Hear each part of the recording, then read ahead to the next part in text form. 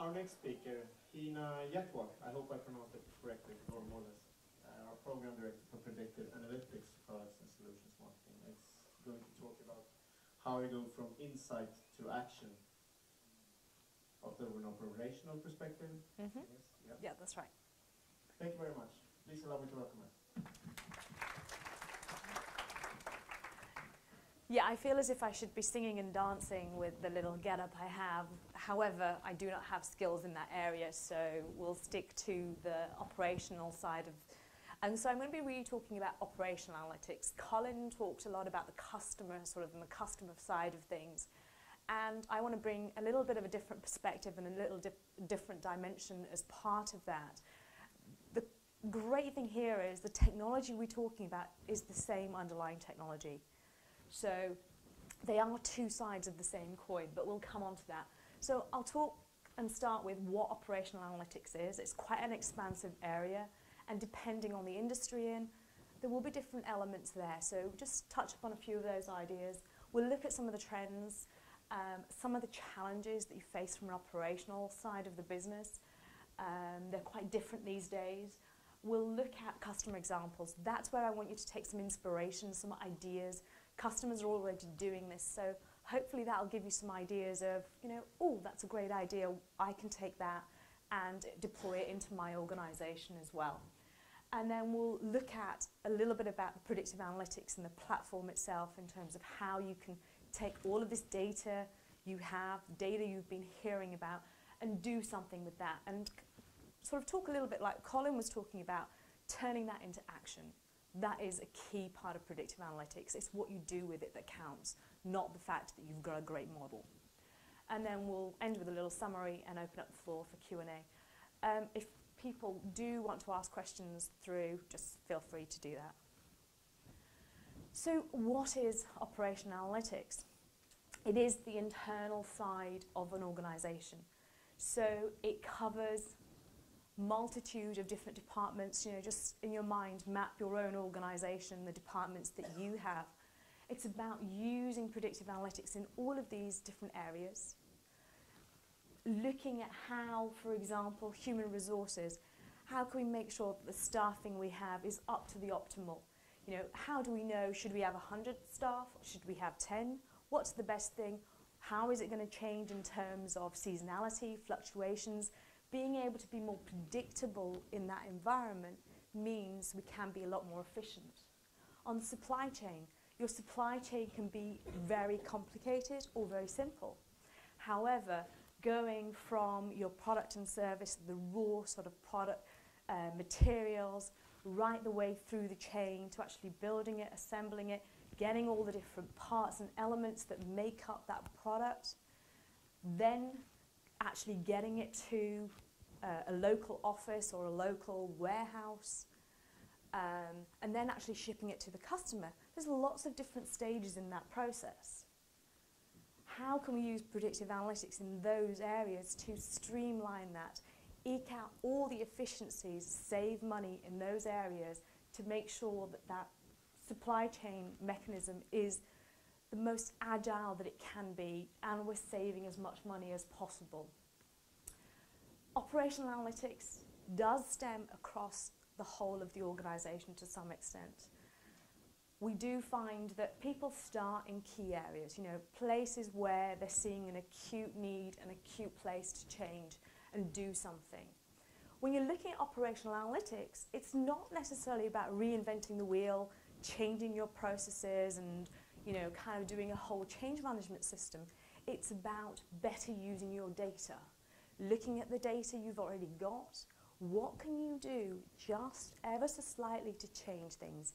If you know proactively what your staffing requirements are, how much money could you save?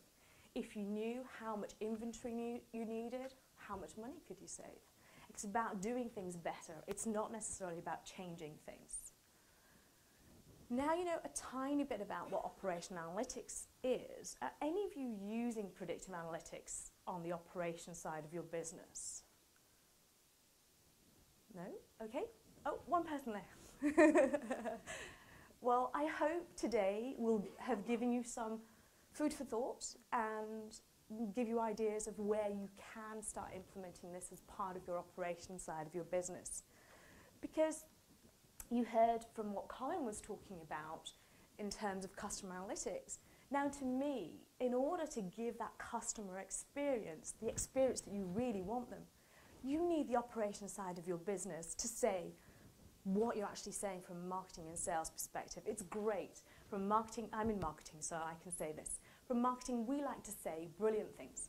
We say our product is the best, our service, our customer service, 9 out of 10 customers think we're brilliant. We can make those very bold claims and feel quite proud that we did a great job of marketing. However, if the rest of the organisation doesn't live to those expectations, then we're just making promises that we cannot fulfil, which is even more disappointing from a consumer perspective.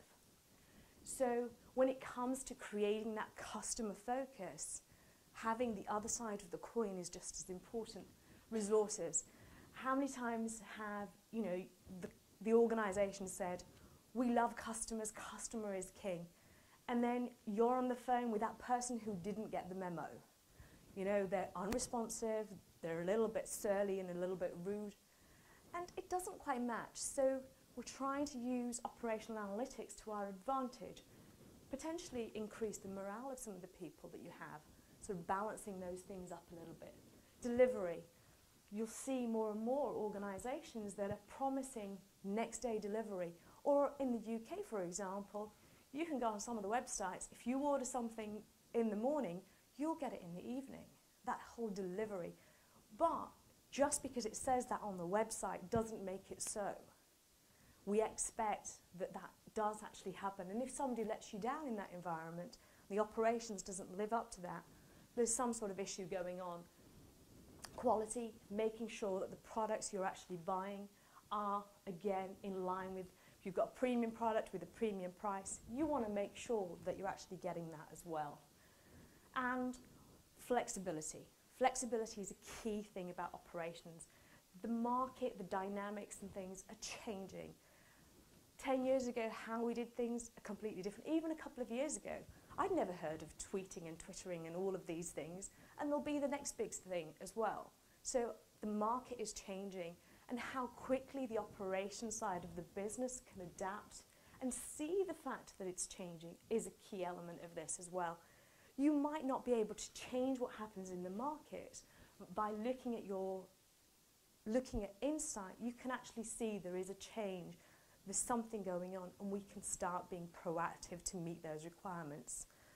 Because anybody have an idea of what these companies have in common?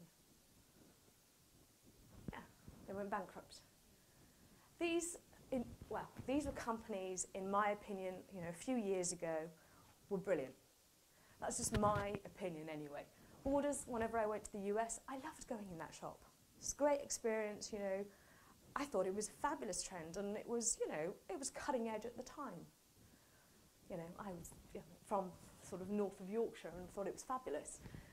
Habitat, H&V, Blockbusters, all of these companies that, were pretty cool at the time, made lots of money. However, there comes a point where the market changes, the customers' needs and requirements are changing, what Colin was talking about, and the operation side of the business needs to catch up. It needs to be aligned so that, these companies, perhaps if they'd been using insight, analytics and those kind of things, they might not have gone bankrupt. It's a bold statement to make. However, if you knew that your market was changing, you knew there was a competitor like Amazon coming into play, wouldn't you change how you were operating? Wouldn't you change how you were delivering, how you were working with your customers? Borders might have become an electronic bookstore instead of just the physical. So I'm not saying that we would have stopped it, but maybe would have prevented some of that from happening. Maybe in a few companies. Expert, I think that's a Swedish company, electronic equipment, market dynamics changing, not enough competitive advantage. What services were they offering customers? How were they perhaps bringing that one-to-one, that personalised relationship that Colin was talking about? How might that have impacted and made a difference? So hypothetical, I know, but we don't want to be in this area. And when it comes to the operations side of the business, there's always trends that are going to actually impact that as well. So from a customer perspective, you know, customer is king. We are expecting, and we expect the product that we saw yesterday. We don't want to wait for it, and why should we? We expect uniqueness in the product as well. What makes it a little bit complicated from an operational perspective is there's this global kind of environment where we don't care where the product was actually made, created. We know that we want that product, we want it delivered, and we want it in a sort of fair trade kind of way because, you know, that feels more comfortable to us as well. That adds complexity in the operation side of the business because you've got to manage those dynamics. You've got the price volatility of petrol, nickel, copper, all of those things. Think about how you're going to transport your product. The price increases on those things add an increase to how much it costs you to deliver the product. Who's going to bear that cost? Is it going to be you, the organisation, and potentially go bankrupt, or is it the customer who's going to bear that cost? It's not feasible anymore, really, for the customer to bear that cost because there's only a little bit of price elasticity in this area as well. So if we're adding high prices, customers are not willing to pay. There's lots of competition out there. So we need to find a way that we can actually still offer the products and services people want quickly, cheaply, more effectively, and in line with what the competition are actually looking for. Operationally, we have another sort of, you know, just a little bit of an additional kind of dilemma where we're looking at processes, transparency, and also there's lots of regulations, there's Basel, there's, you know, other various kind of organizational kind of processes that we need to adhere to. That also impacts how we're doing business. And then the economic climate. You know, you've got people in retail environments, say for example shrinkage. People are stealing, you know, products and services from the retailers. People doing things like network crime, stealing perhaps IP of a company, intellectual property or files. They're going to leave, they're going to take that to the competition. Being able to be ahead of some of these things is really important. And finally, departments have so much less money. We don't have that money, and that's where the money's being taken out in terms of, if you think about your organisations, probably the first place, hiring freezes, resources being less, you know, the economy is perhaps a little bit tighter than we'd like. So operations feel the squeeze a little bit more than perhaps some of the other departments. I'm not talking all gloom, I promise. So operations is, and operation analytics is about looking at these key areas. The people, you know, the equipment, the office, the plant, however you, whatever sort of matches you, the offices if you're a service kind of environment, your hotel, the physical sort of equipment there, the different processes, the money. That's all the operation side of the business, and what we want to be able to do is use predictive analytics from each of the different processes to see how you can make a difference. If you're measuring it already, there's a key performance indicator around that. If there's some data around that, we can help that process become better, which means you're saving money somewhere along the line. Because ultimately, there's two things in a business. It's about saving money or making money. And if you can do both at the same time, this is great because we and Colin were laughing last night. I'm all about the saving the money, which in real life I am not. And Colin is about the making the money. And of course, in real life, he is all about making money too. So, no, two sides of the same equation. And when it comes to operations, it's about a balancing act. It is all about balance. It's finding how we can tweak the little levers that we have, the little things that will make a difference, the little things that will save, you know, the job, save the company. Quality and cost, usually the two counteract each other. We want the best quality product, but we don't want to increase the price. So we need a way of being able to manage that. And a way of managing that is all around how can we find efficiencies elsewhere? Because we all want to buy really good quality products, but perhaps we're not willing to pay the price of that. So these levers are things that we can start playing around with and tweaking as part of our operational environment to get that agility, that extra money, and sort of it's all about eking out. And what I find fascinating in terms of, I think all of predictive analytics is you can start in small areas.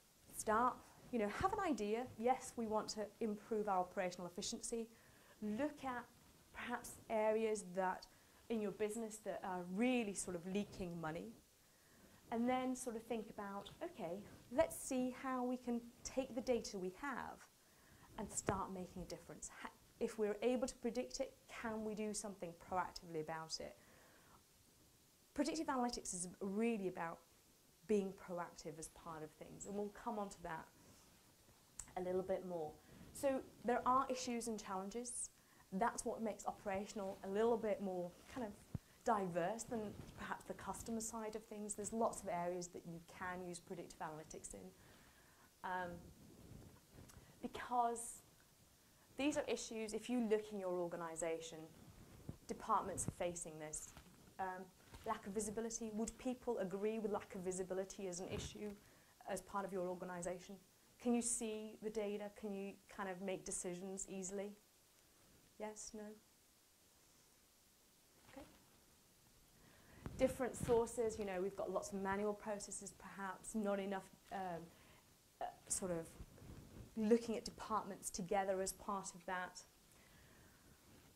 We're not able to increase performance as easily as perhaps we would like. Operation side of the business, one thing that we do not lack is lack of data.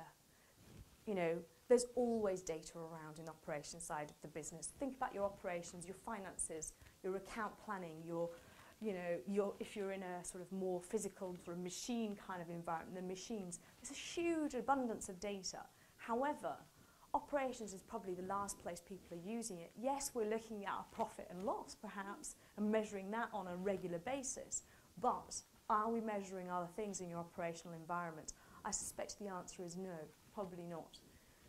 Departments, we're all guilty of this, including myself.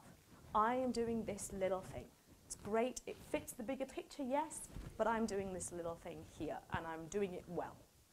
But predictive analytics is also broadening that scope a little and starting to include a little bit more sort of diversity in who we're actually talking to so that we can make those changes. That inability to predict demand. If you knew how many customers you were going to have, how empowered would you be? You can make a lot of decisions based on that information, yeah? Poor performance. We want to make sure the people, the assets, the money, everything is really optimized as part of that. We don't want to have sort of, say for example, you're in a manufacturing plant, you don't want your equipment to fail, or you're transporting something, you don't want your equipment to fail because that's costly, that's expensive, that's time where your customers are not getting your product, that's time where your reputation is at stake. And while everything's not working as it should be, that money is going tick, tick, tick, tick, and just being drained away. So again, we want to make sure the performance is optimal. Or if it's going to break down, we know it's going to break down, so we can take action to actually do something about that. And then the processes, looking at how we can bring processes together and actually getting more efficiency there. And I think one of the things, I was talking to somebody earlier today, when you're looking at operational efficiency, it's not just one place, or it's not just one project and then we go, tick, we're done, let's move on to the next thing. The lady I was talking to, we were talking about if you implement a CRM solution or something, you can kind of go, yes, we had a successful implementation, we did that, we've got some support and maintenance to do at the head of that, and we're looking good. Operational analytics is about expanding and looking at areas and looking at the next area. You do one project, I've got some great ROI there, I've done really well. Okay, what's the next project? And that's where we start to connect processes together. So we're really going across the organisation to get better and better as we do things. It's not we're done. We're never done, and we shouldn't be. It's like personal growth. You don't ever want to be done with that. Predictive analytics is all about being able to plan your operations, making sure that's a success, looking at your different assets and planning based on that, being able to manage day-to-day operations as part of that, and then maximizing the operational performance.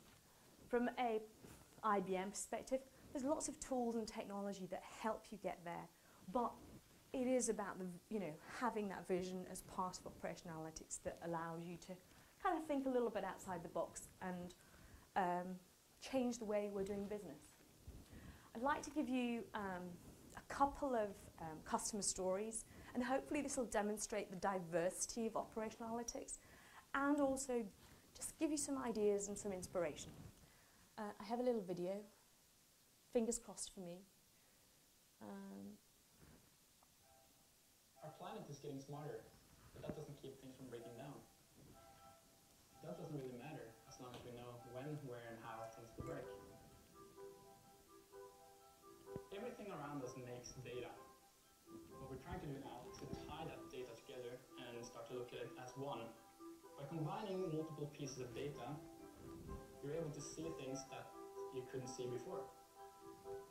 For example, if you look at a city, the systems in a city are very big and they're hidden from the public, which means it's hard to pin down where the problems are. So you need to have smart sensors that will trigger on subtle hints that things are about to go wrong.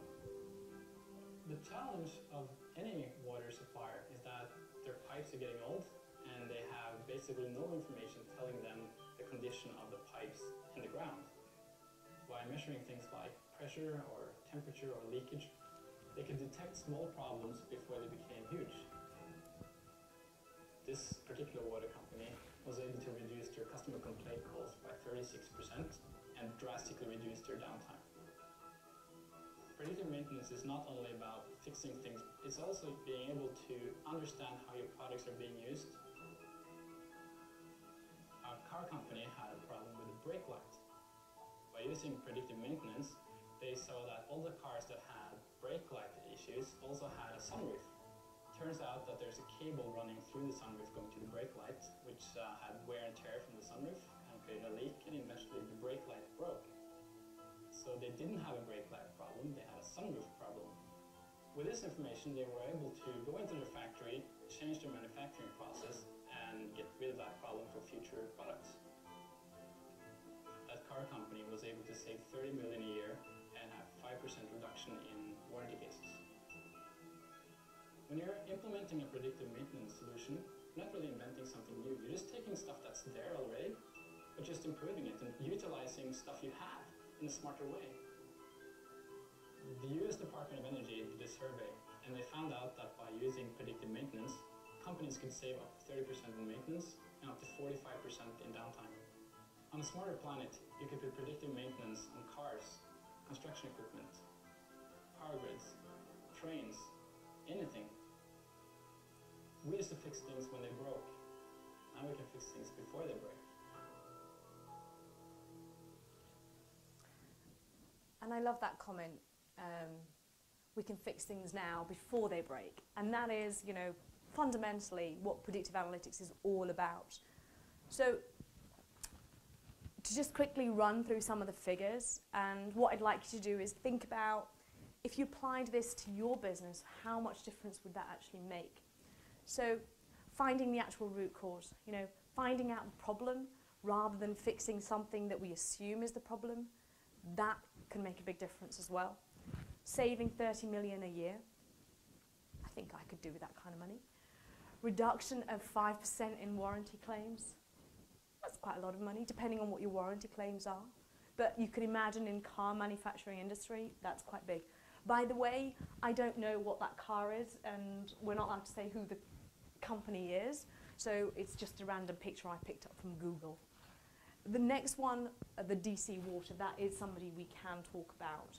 And the ROI here is absolutely amazing. ROI of 629%.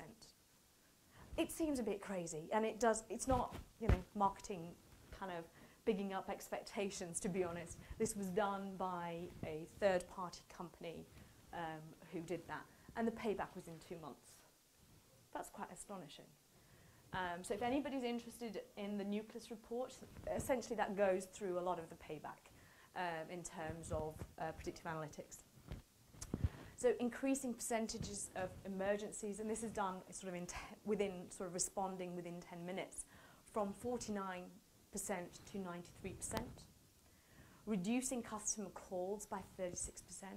Think about how more efficient your sort of call center environment could be if you were reducing those calls. And think about the fact that because you're doing this ahead of time, you're not creating all that traffic on all those issues with people kind of all of a sudden there's a burst water pipe in the middle of the road. Yeah? So we're being proactive here. Reducing gasoline, you know, how much money they saved in that.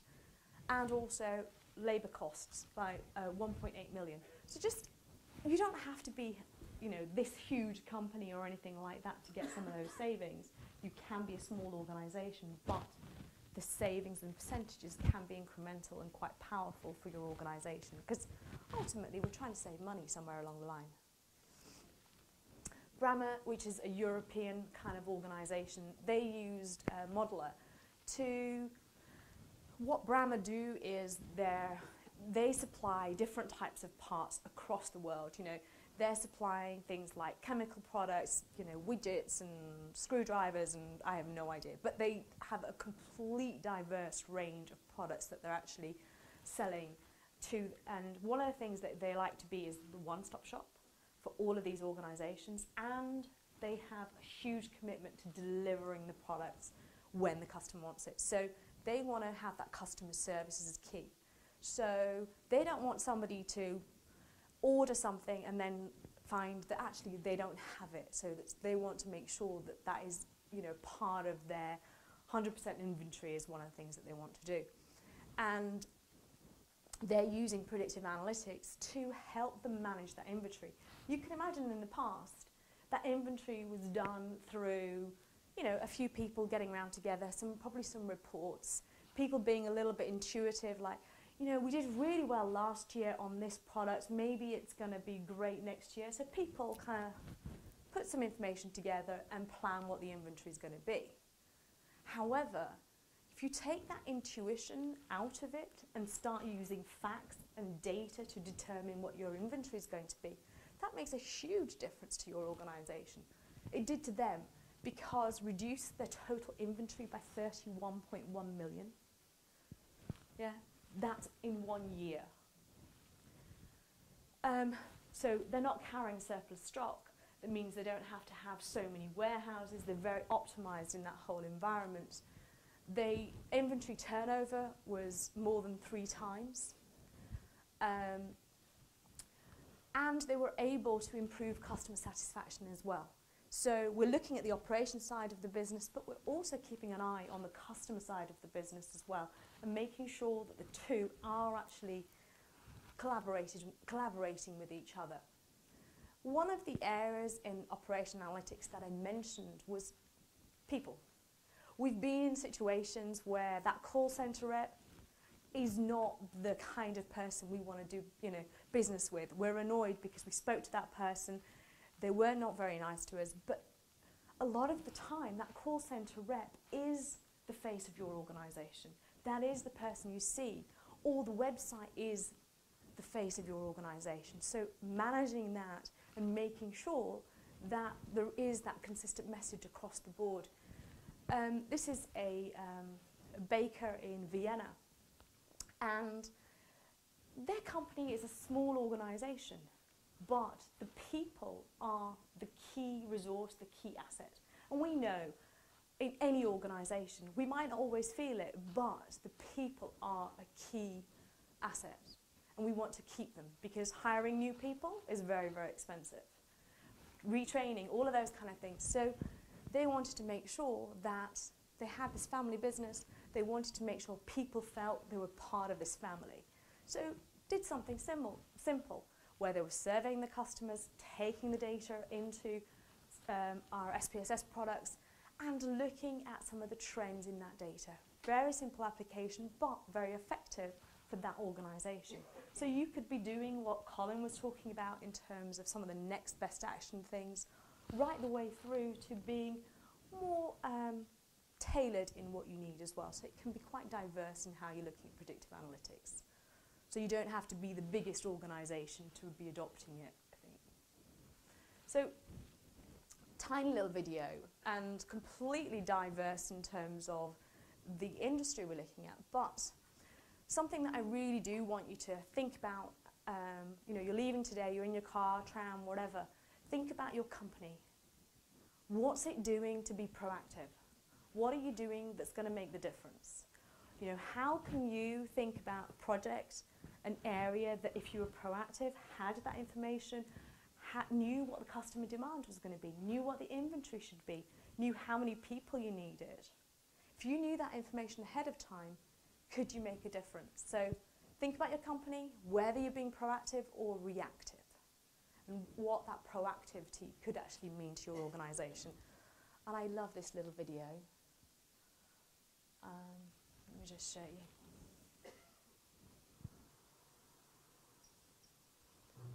I used to think my job was all about arrests, chasing bad guys. Now I see my work differently. We analyze crime data, spot patterns, and figure out where to send patrols. It's helped some U.S. cities cut serious crime by up to 30% by stopping it before it happens. Let's build a smarter planet. So simple, but so effective. Just think how fabulous, you know, if your police department was using that. And there are police departments already using this technology to do exactly what they say. It's absolutely fabulous.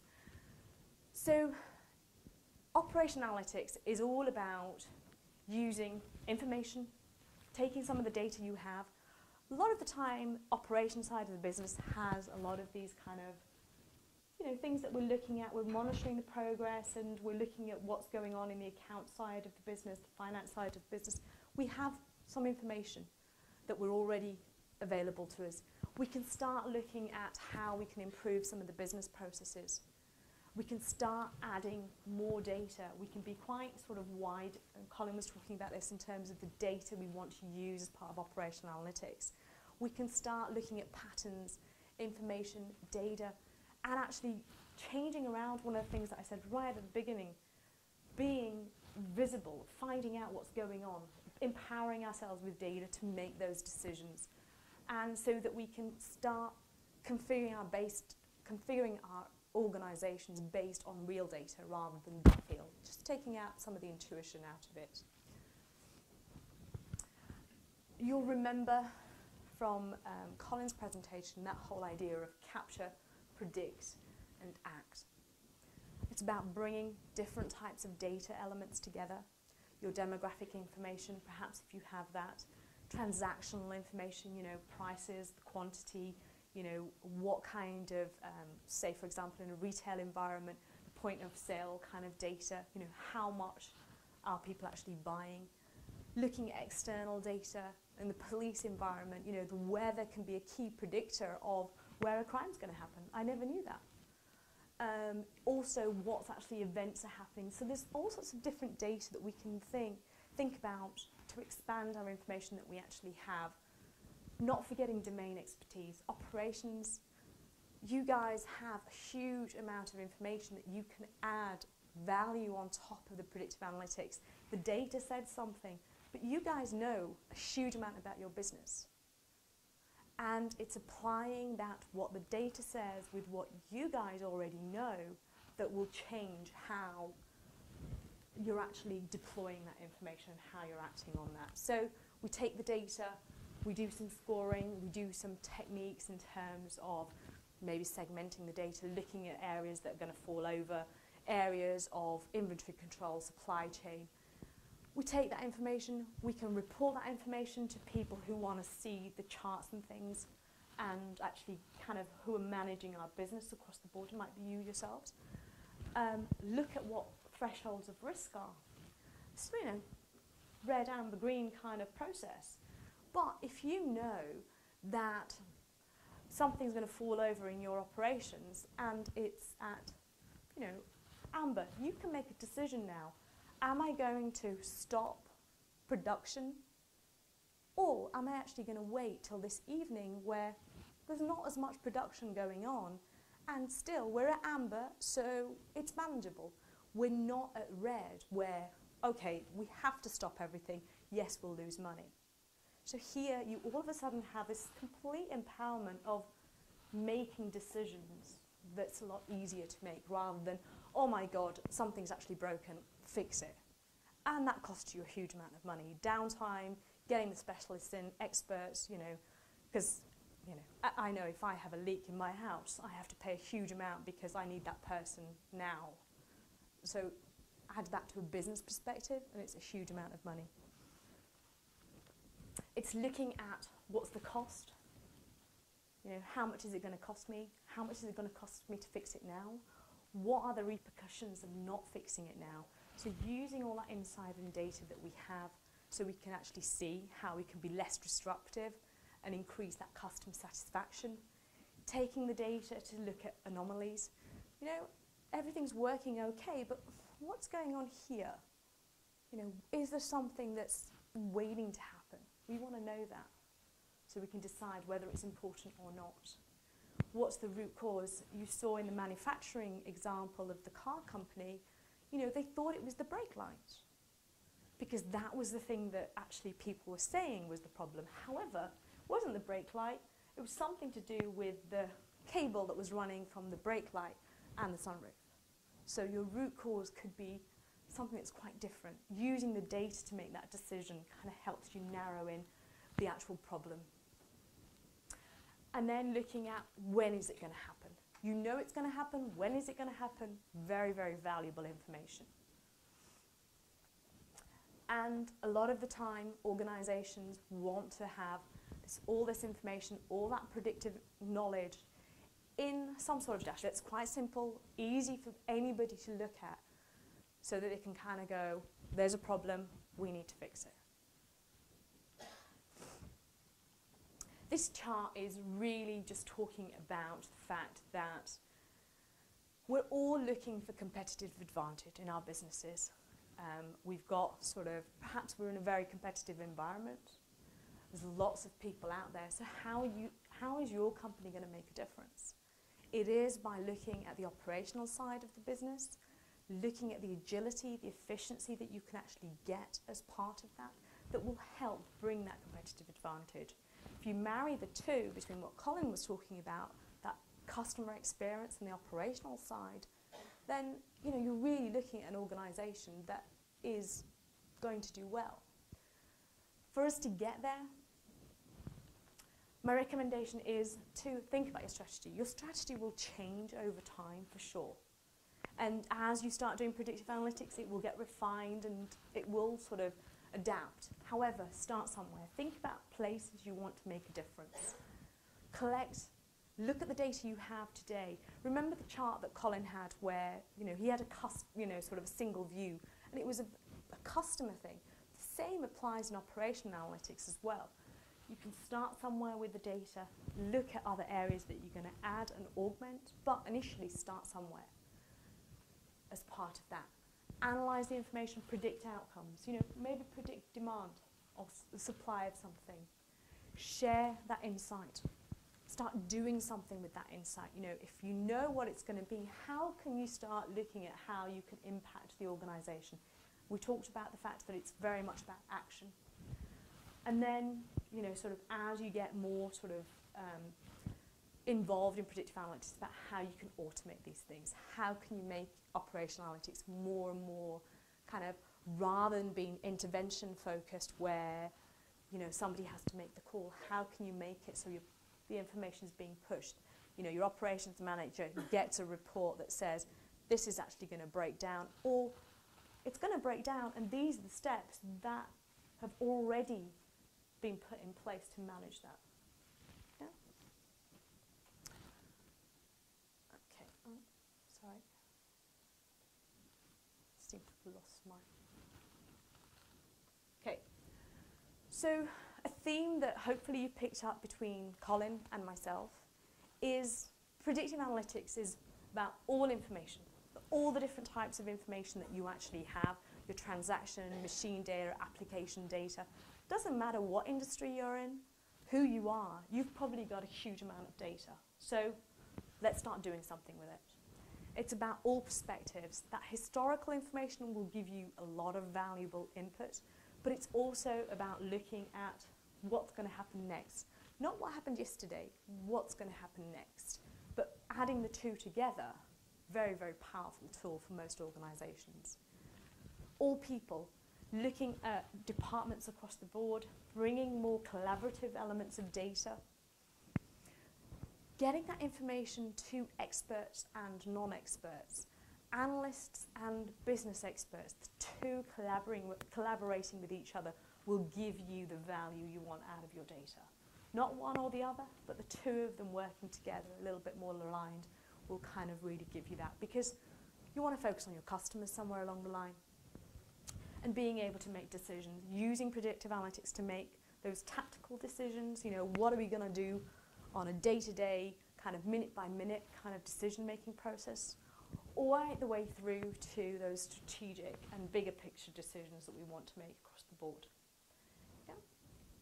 So I'd like to open up the floor to some questions or anything that people would like to contribute. I have a question. You mentioned in the beginning here that there's two sides to the same coin here, the operational analytics, Mm-hmm. cost driving, and customer analytics, revenue driving. If an organization wants to deploy something in both of these areas, do you have an integrated solution? Is it that simple? You have one data warehouse and you can apply it on the operational side and the revenue driving side? So one of the comments Colin made was about this idea of delivery of a centre of excellence, or a delivery kind of environment, where we've seen customers do that customer and operational is they have this sort of central team. They're looking at business problems. They're looking at, you know, one business problem being customer churn, one business problem being around demand, say for example. They're looking at addressing that problem. So they're using the predictive analytics and saying, this is a business problem that we have, how can we fix it? And it's almost, it doesn't matter when you've got that kind of environment where you use it, because the technology in terms of predictive analytics is the same. It's not like we have a customer analytics solution and an operational analytics solution. At the same time, you have a very wide portfolio of analytics products. We do. So I would be a bit scared seeing that wide portfolio and saying, hey, I want to do things in many areas. Does that mean I need to buy 10 different products? I really just want one. How we work with customers is, the best way is to, one, think about each organisation, all of you are very different. And we kind of work with you to figure out what's the best thing. You know, what do you need to do today? But you also want a view of what you want to do tomorrow as well, because we don't want to confine you to a small kind of area. You want to be able to grow your business. So we'll work with you to find out what the best, you know, kind of solution is. The product that really we've been talking about today, to give you an idea of, you know, the key ones that we've been talking about today, we've been talking about SPSS Modeler. So that is all about kind of bringing all of that data together and taking action on that data. And the other product that we've been talking about to some extent is the collaboration and deployment services, CADS as we call it, and that can be your kind of framework. Those two kind of give you quite a good infrastructure in place. It's not 10, 15, 20 products, you know, it's kind of, those two kind of would, and Colin, feel free to sort of contradict or add, those two would give you a lot of what we were talking about today. Does that answer your question? Yeah. Cool. There's a lot of talk in recent years about, and I think you mentioned as well, not in terms, but about big data. Mm-hmm. What's your experience? What are the implications? I love the fact that you asked that question, and I love the fact that I'm originally from SPSS, so, and, when you're from a smaller company, you have a different sort of relationship with the product and things. I think we've been talking big data for a hell of a long time.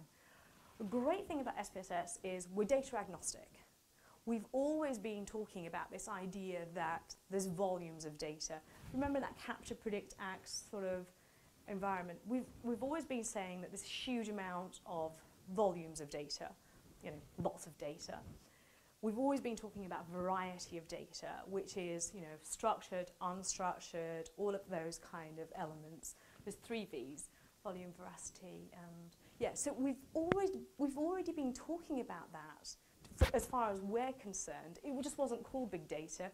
We just called it refer to it as more of a 360-degree view or a holistic approach. And the thing about predictive analytics is, you can build that sort of big data infrastructure and start pulling all that information together. We kind of sit on the top of it. We're talking about, okay, you have this huge amount of data. And remember, big data is very dependent and respective to organizations, because somebody else's big data could be somebody's small data, So it's very dependent on who you are as an organization. But we sit on the top of it, and we help organizations do something with it. We're all about the action. You have all this data, what are you going to do with it? And I think that's where the power of big data comes in. Can I add to that? Yeah, sure. Big data means lots of different things to lots of different people. I'm sure you all have your own interpretations of it. There's volume, velocity, variety. Yeah. There's more if you go and search for them as well. You can look at data in other kinds of ways as well. So you can think about data at rest, data in place, and data in motion. Those could be concepts which are very important to you. Heena's absolutely right. The technology that we've been talking about is agnostic to all of that. So build a model in one environment where it's data at rest, say historical information. That same model that you build can be deployed on data in motion. What do I mean by data in motion? If you have every taxi in New York City instrumented, and you have a leak in the road somewhere, and you want to re-divert all the taxis, and you want to let them know where's the most optimal place to go, that's data in motion. So the same models which you can create from all the historic patterns of traffic movements and everything can be deployed in that real-time moment. So depending upon the application that you're trying to do, if it's a website, maybe it's something really slow where you're trying to understand some customer segments, that same technology is being used time and time again. And to your point there, once you've understood the principle, and there is a methodology which you can use, called CRISPR-M, if you want to go and search for it, you come across it, the same principle is used for any of those business applications. So what we've probably done is do a very successful job of making it look way more complicated than it actually is. There's actually much fewer moving parts. The complexity and the beauty is actually the application. And what we're not proposing here is that you run up to one of these guys and say, I'll have one of those and I'll have one of those, and suddenly the switch is going to go on and it will change your business. You do have to work with these. This is sort of tools and an approach. We've designed it that way. SPSS has been around longer than me, and that's particular grey hair. That's a long amount of time. It's really been designed to be incredibly flexible. We've avoided for years and years going down the applications route, because everyone's situation is so different. If I was to start picking on people, by the time we got to the third person, we'd be dealing with 20, 30 different kinds of variables that already is going to make their situation very unique. So consequently, you get to find the patterns in your data that are meaningful to you in that operational context, or that interaction context. And these are tools to help you do that. It's as simple as that, really. And Heena's right. You've just got to find a place where you think you're going to both start but have a big impact, and then work out from there. Don't think of it all has to be one data warehouse and we solve it from there. It's much more tactical than that. Just a follow-up question on that. That process that you described in finding of data, has that become harder? Has finding the data or the patterns in the data? Both, I guess. But first of all, determine what data am I going to look at when the volume of data is back. Volume isn't necessarily a problem. It's just, as you say, it's just there's more of it. If there's still only 2 or 3 patterns in it, it doesn't matter whether you've got a gazillion records or 20. So So being able to have a technique to find that pattern is really important. Does that change with a changing situation? No, not really. These models are designed in a way, the algorithms are designed in a way to allow you to flexibly find the shifting patterns in the data. You've mentioned, and it was on one of those charts, the idea that you have a management process as an integral piece of this is really important. So as your environment changes and as the world around us changes, to your point, we've got to be flexible and agile. Rebuilding the model on these new sets of data allows you to take advantage of those new patterns in the data. So what we don't do is put a whole series of things that restrict you. The idea is that it's always flexible. You always add in more data, always rebuild your model. There are tools in there to help you sift through the millions of possible variables that you might want to look at and see which ones are important. But what's important in one moment and one context might not be important in the other. And I completely agree with you. We are now dealing with a very complicated world. No matter what industry, it's becoming very complicated. But to do something is much better than to do nothing. Yeah. And I'm a bit sort of optimistic in my approach, in the sense that I see the fact that we've got lots of data as an opportunity. It does give you a richer platform to make those decisions from. You know, you're not looking at one area, you're looking at multiple places that you can kind of enrich the models and things that you're looking at. Thank you very much, Heena. Thank you, colleague.